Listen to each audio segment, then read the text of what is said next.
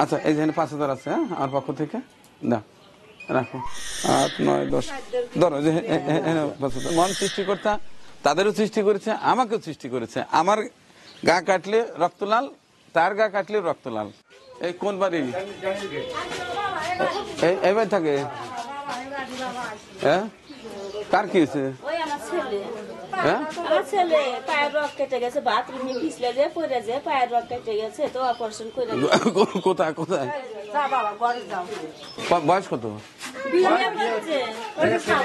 বিয়ে করছে ছেলে? আর মা কোনটা?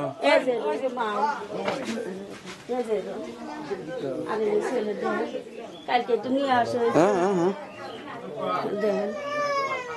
তুমি কি করতে? আমি সেলুনে কাজ করি। সেলুনে কাজ করে? কোথায়? এই যে বর্জাপুর গ্রামে। মসজিদের সাথে। কি হয়েছিল পায়ে? বাথরুম করবে যায় না, বাথরুমে রাখে না গিয়ে পায়ে রাখতে। তাই তোমাদের আর্থিক অবস্থা তো একবারে খুব একটা খারাপও মনে হইতেছে না? এটা কি চিকিৎসা করাতে পারতে চাও না?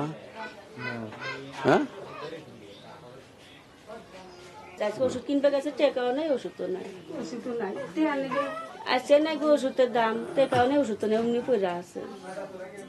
না তা তো ডাক্তারের কাছে গেলে তো পয়সা লাগবে, কিন্তু তোমাদের আর্থিক অবস্থা তো খারাপ মনে হইতেছে না?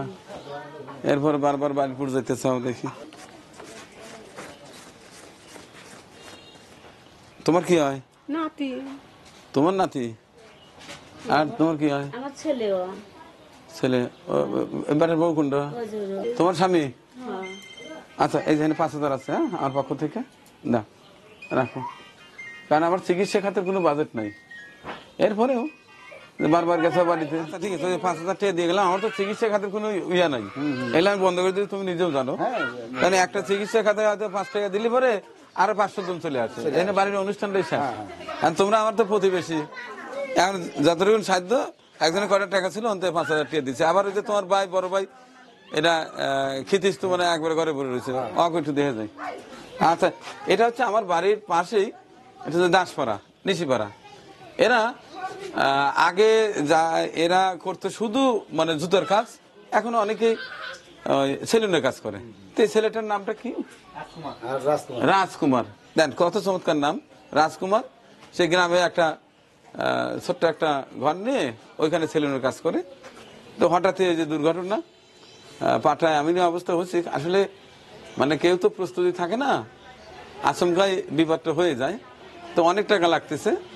তো পাশের বাড়ি আমার বাড়িতে জানেই যে মানবিক কাজ মানে করে, যেখানে বেশ কয়েকবার গেছে। কিন্তু আজ আসে ওই যে আমার খলিল ভাইয়ের করে টাকা ছিল, এনে দিয়ে গেলাম।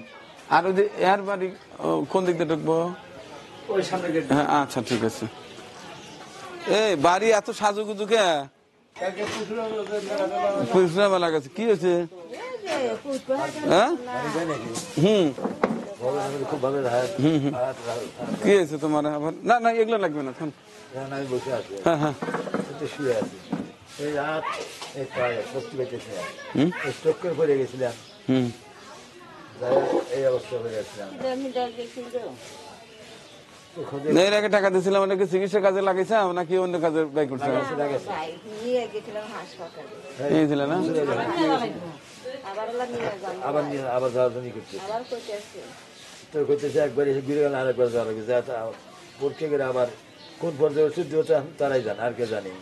তোমার তো সাল ফল বেশ কয়েকটা, ওরা পয়সা মধ্যে দেয় না? দেয় ওদের কাম হয় না?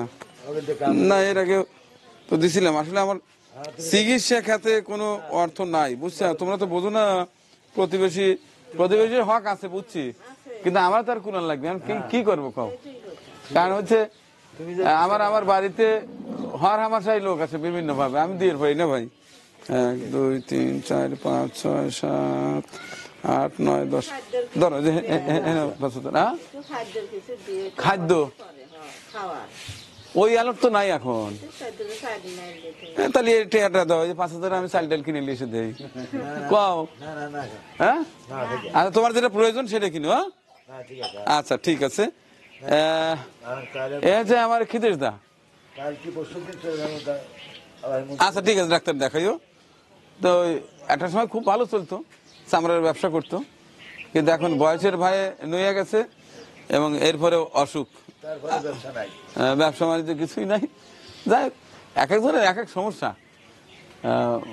আমি তো ইচ্ছে করি সবার পাশে দাঁড়াবো, কিন্তু সে তো ক্ষমতা নাই। যখনই একটু সুযোগ হয় আমি চেষ্টা করি এই কাজগুলো করতে। দোয়া করবেন, এদের জন্য দোয়া করবেন। আর কি বলবো, অনেকেই এই ধর্ম নিয়ে অনেক কথাবার্তা বলে, এই বিষয়টা আমার কাছে খুব খারাপ লাগে। আমার কাছে জাতি, ধর্ম, বর্ণ এটা আমি ডিভাইডেড করি না, কারণ মন সৃষ্টিকর্তা তাদেরও সৃষ্টি করেছে, আমাকেও সৃষ্টি করেছে। আমার গা কাটলে রক্ত লাল, তার গা কাটলে রক্ত লাল। হ্যাঁ, আহার দিচ্ছে কিন্তু সেই সৃষ্টিকর্তা একজনই, মহান আল্লাহ। তোমরা কি আল্লাহ বিশ্বাস করো না? হ্যাঁ, সেই তো সৃষ্টি করছে, তাই না? এখন তোমাদের লাইন এক, আমাদের লাইন এক, কিন্তু সৃষ্টিকর্তা তো একজনই। হ্যাঁ হ্যাঁ, আল্লাহর কাছে বলতেছি যে আল্লাহ যেভাবে রোগ দিছে সেইভাবে মালিক তুই। হ্যাঁ দেন আল্লাহ তুই, আবার ছাড় না আল্লাহ তুমি, আর কেউ ছাড়ে না আল্লাহ। হ্যাঁ, তো এই যে একেবারে অরিজিনাল কথা কইছ, আল্লাহই রোগ দিছে, আল্লাহই ভালো করে দিবে। ওষুধ হচ্ছে ওসিলা, এরপর চেষ্টা করতে হবে, তাই না? আচ্ছা ঠিক আছে ভাই, তুমি চেষ্টা করো। হ্যাঁ, আদাব আদাব আদাব। তুমি মাঝে মধ্যে যাও, আমি অনেক সময় রাগ করি। কেন রাগ করি? কারণ তোমার ওই দেখলে পরে আর 5 জন থেকে ধরে, আর 5 জন যাই, তোমাকে টুকুস করে তুমি চলে যাও। যখন সুবিধা হবে তখনই আমি যতদূর পারি দেবো, ঠিক আছে? আচ্ছা ঠিক আছে, ঠিক আছে। যেটা বলছিলাম যে মহান সৃষ্টিকর্তা আমাদের সবাইকেই সৃষ্টি করেছেন। কেউ বা খ্রিস্টান, কেউ বা সনাতন ধর্মের অবলম্বনী, আবার আমরা মুসলিম। এখন আমরা মুসলমান হওয়ার পরেও যদি আমরা এটা চিন্তা করি যে না ওরা অন্য ধর্মের, এদের কাছে যাওয়া যাবে না, বা এদের সাথে আমাদের বিরোধ, এটা কিন্তু একেবারেই বোকামি। আমি মনে করি একেবারেই বোকামি। কারণ আল্লাহ এটা বলছে যে মানুষ সবাইকে তো আমি সৃষ্টি করেছি, তোমরা একজন এক ভাবে আছো, কিন্তু এখান থেকে গেছো, এখানেই আসতে হবে।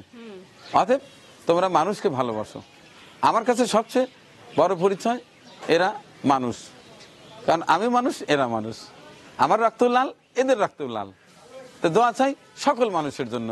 আর দোয়া করি আমার পাশে যে সকল ভাই বোন বন্ধুরা আর্থিক সহায়তা দিয়ে পাশে আছেন, তাদের জন্য বেশি বেশি দোয়া করি। তো খলিল ভাই আপনার ফান্ডে থেকে 10,000 টাকা নিয়ে এই যে আমার বাড়ির দাসপাড়া দুজনই ঘরে পড়ে আছে, তো দিয়ে দিলাম 5 করে 10,000 টাকা। দোয়া করি মহান আল্লাহ যেন আপনার মনোবাঞ্ছা পূর্ণ করে এবং আপনাকে ভালো রাখে। ভালো থাকবেন, আল্লাহ হাফেজ। পরিবেশনা আপনাদের ভালো লেগে থাকলে শেয়ার করে অন্যকে দেখার সুযোগ করে দিন। আরও নতুন নতুন ভিডিও পেতে চ্যানেলটি সাবস্ক্রাইব করে সঙ্গেই থাকুন।